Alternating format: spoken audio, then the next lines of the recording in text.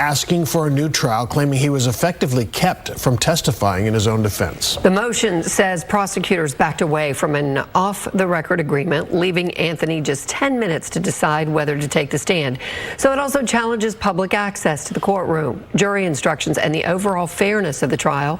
Fox 4's Casey Stiegel reports. Carmelo Anthony's new legal team is attacking the process that led to his murder conviction. In early June, following a 2-week trial, jurors found the teen guilty in the April 2025 stabbing death of 17-year-old Austin Metcalf at a Frisco track meet. I certainly haven't seen a motion for new trial, even in serious felony cases, that goes into the level of depth. Former Dallas County Assistant DA Bree West is not directly connected to the case, but explains this is a strategic maneuver on behalf of the defense to call the whole proceeding into question. We're saying that there were fundamental flaws in the way that this trial happened that deserves a redo, right? The motion asserts Anthony's Sixth Amendment right to a public trial was violated by restricting access to the courtroom. It states the cumulative and practical effect of these provisions was to exclude members of the public from the proceedings at every stage. However, the central argument focuses on why Anthony never took the stand.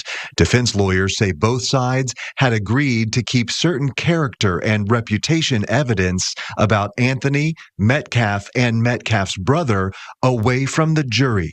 This is, sort of an agreement, an off-the-record agreement, a gentleman's agreement that dictated the entirety of the defense case. But when prosecutors argued that protection would not apply if Anthony decided to testify, his lawyers say they were forced to quickly make a life-altering decision. The court allotted the defense 10 minutes to counsel a 19-year-old through it and denied counsel's request for additional time, which effectively kept Anthony from taking the stand. I do think that it's really challenging that potentially a court decided that you had 10 minutes to make that level of decision when it has the potential of being life-altering. The Collin County District Attorney's Office refutes the claims, releasing a statement to Fox 4, reading in part, "The entire prosecution team conducted this trial ethically and in full compliance with the court's rulings.